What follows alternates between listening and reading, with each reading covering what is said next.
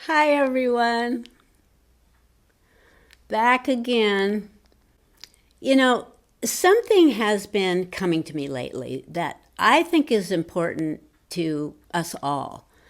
To begin with, I've noticed that it seems there's a rather peculiar tendency built into humans to have an immediate reaction to each situation and event, but especially one that's unfavorable or frustrating. Instead of pausing to assess the situation first, to determine what the correct reaction might be, rather than just going off on it. I mean, most of us have experienced this ourselves, when we've kind of lost it. And we've all at least witnessed it. As children, we probably first saw it on cartoons, like Popeye or Roadrunner or, Daffy Duck. I mean, they just got creamed in those cartoons. And when kids watch adults or cartoon animals behaving in this way, they pick it up. It's as if they're being taught that when something goes wrong, you should curse or throw things and stamp your feet, as if this were going to help or remedy the situation. So, what's behind all this? Is this just a spontaneous backlash? Or do we somehow believe that this makes sense? And the louder we curse and bang our fist, the more apt we are to change or fix the situation? Or is this just instinctual, an innate, brutish, animalistic behavior deeply embedded into the physical human DNA? For survival, maybe. Who knows? I've never been able to explain it. Why, under the same conditions, one person reacts very benignly and another very violently. Lately, I've been contemplating what I would like to accomplish in the time that remains in my life. Kind of the deathbed scenario where you look back on your life to consider whether you have any regrets. What would I wish I had done or had not done? And what do I feel I was never able to accomplish or rise above? This has always been really important to me because I don't want to have any bad habits lingering through to the end that I might take home with me. There's a lot of emphasis right now on karmic cleansing, releasing all karma before death. And some may see this type of reaction as karma. All these potential limitations and weaknesses we all have. I see them more as addictions, habits we may be holding on to. Why does he act the way he acts? Why can't she seem to never let anything go? These are the karmic ties that bind us to the earth cycle of reincarnation. It's not so much that I did this to her and now we'll have to come back into another life and she will do that to me. The way I see it, it's what habits or behaviors own you. What are your needs? For example, do you act before you think? Or is it difficult to let things go and you play them over and over again in your mind? Oh, great. When we go over to dinner at Marcia's house, she will probably go on and on about her new BMW. And of course, if I say anything, she'll probably get mad at me and then gossip about me. And then I'll end up with no friends at all. We create these whole huge dramas in our minds that have never, and probably will never, happen. So again, what about these reactions we seem to have about any and all unwanted events that come into our lives? When it came to this subject, my husband was one of my greatest teachers. He never reacted to a situation until he evaluated it. I never saw him throw a fit of anger. And he never spoke harshly to me in all the years we were married. Well, other than the time when I was going off on him about something, he just finally, calmly told me to be quiet and sit down, which I did. I mean, it was all my bad. He seemed, when it came to this sort of thing, to have the bigger picture and a knowledge that lashing out doesn't do any good. In fact, can just make things worse and even cause damage.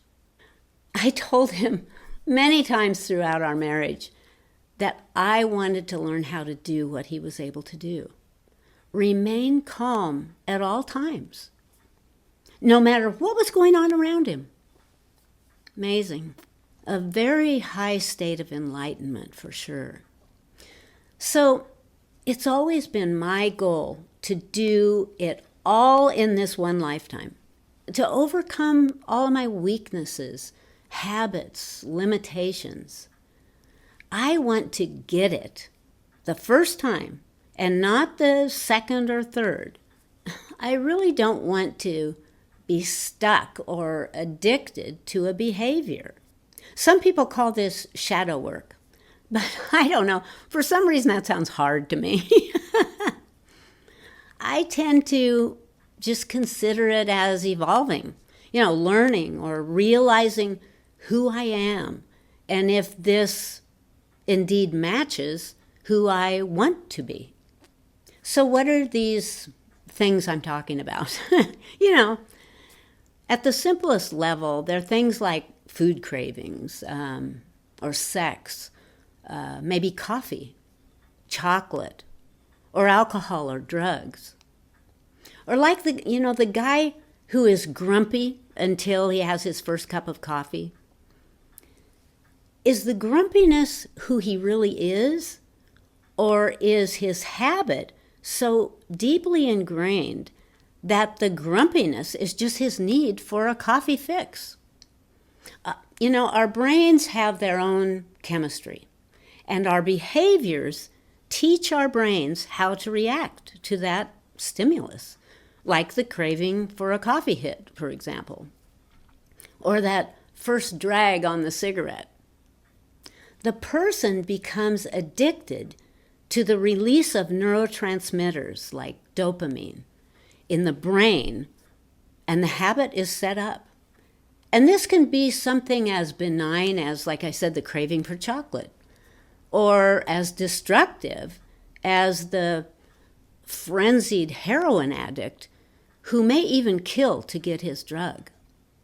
Other habitual behaviors could be based on emotional addictions, possibly rooted in severe physical or mental trauma.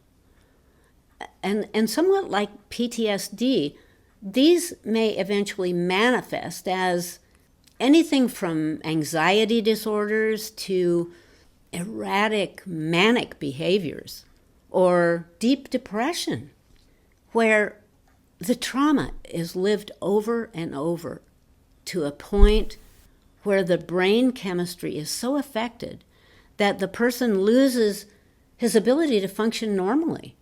And this may even develop into a reaction like self-mutilation or cutting behavior. I mean, why on earth would someone cut themselves? Well, if someone has been abused to the point of becoming numb, maybe the physical pain somehow takes away the emotional pain. Or maybe it serves as a means of feeling alive again. Or perhaps as a form of exerting control. Or maybe self-punishment. Or self-empowerment. Mostly what I'm talking about here are the material things and behaviors, such as I have to have a beautiful house. I have to have 2 cars. I have to have a beautiful partner. The right clothes and the right name brands. Wealth and status. Or it could also be things like the adrenaline rush of a sport, like rock climbing, or hang gliding, bungee jumping, or the excitement of sitting on the couch or in the stadium watching your favorite team win their game. Now, let me make this really clear. There's nothing wrong with any of those things. In fact, these can be some of the most enjoyable activities in life and can inspire and thrill us. And in many cases, these are the main reasons we come here, to experience the stimulation of exploit and adventure that this planet offers. And this is wonderful. So what I'm rattling on about here is not to allow ourselves to get caught up in the need for these things. Food cravings, smoking, alcohol, sex, or just drinking too much Pepsi. It's fine as long as we realize these desires are transient conditions, and we should not be dependent upon these for our happiness, because when we leave Earth, we leave these things behind. We should ask ourselves, can I be happy without this? If we cannot see ourselves being able to survive without the internet, for example, it owns us. So basically, most of these actions are not wrong, although some can be harmful if overdone. For example, just the habit of being fearful all the time can ultimately lead to bizarre behaviors, like the guy who believes that if he doesn't open and close the front door 17 times before he leaves the house, his family will die. Sometimes this is a brain disorder, but these are the sort of behaviors that come from one who is caught in a fearful place. Then, as I mentioned, there's the heroin user who would rather starve to death than to miss his fix. Then to go further, the abuser, the person who gets a thrill or some kind of gratification out of mistreating another, physically or mentally, even killing. And obviously, this is the most dreadful example of what we're discussing. So why is this so important? Because this material habit, or any habit, has within it an addiction to a low frequency. And those patterns of behavior that give you the physical or psychological sensation that you crave becomes an attachment that exerts control over your life, your attention, your reasoning mind, your thinking, until you have no will to refuse. So, are any of these things really enough to pull us back into the loop of reincarnation? Hey, ask any near-deather, and they will probably tell you that during their NDE experience, when they were given a choice to stay or go back, the very nanosecond that they even had the tiniest thought about what they might miss in their life, zip, they are back in their body again, sometimes in horrible pain. So I'm just hoping to point out that it might just be a very wise thing to consider that really any link to the material world is enough to bring you back to earth again. And I'm simply suggesting that not only is this a perfect opportunity to advance our consciousness, our conscious awareness, but to be able to move up the frequencies, to enjoy life in some of the other magical realms of infinite potential and possibility. Why not? So habits, for me, it's bananas. I know, pretty pathetic, huh? But I crave bananas and feel like I just have to have at least 2 bananas a day. So a couple of years ago, when I realized how strong this craving was, I forced myself to give them completely up for a short time until I felt that I could live without them. I did the same thing with chocolate. It seems like my thing has always been food. I don't drink or smoke, but I eat. Many years ago, it was peanut butter.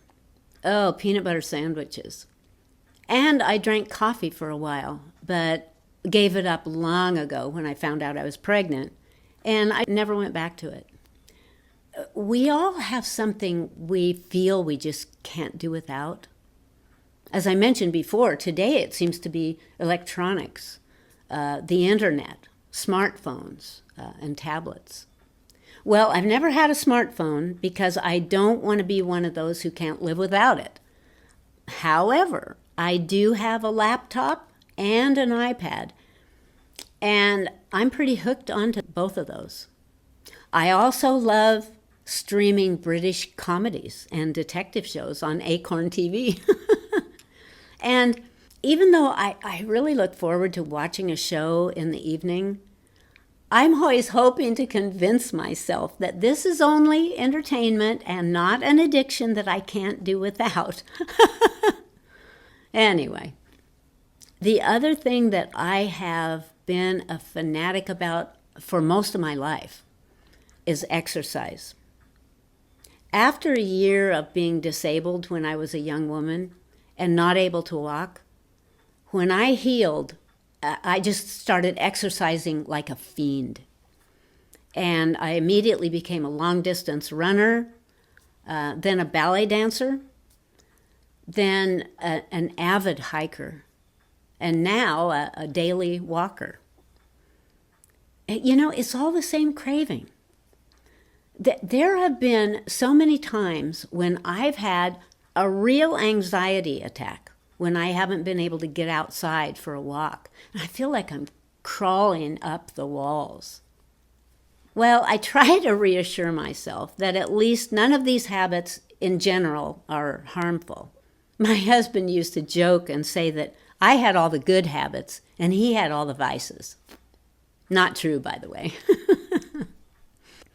Each one of these things I've mentioned, and others that I haven't mentioned, I have tried to admit to myself and face head on, and at least release the fanaticism, the habit, and then be able to enjoy it only as a pleasure rather than a habitual need.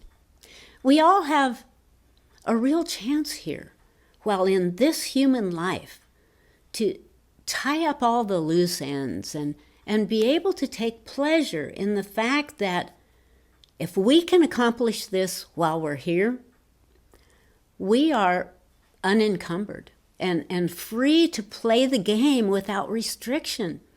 And this way, when we leave this life, we aren't dragging any material baggage along with us and can take this gift of freedom back home to our higher self, to the realm of the divine, Source itself.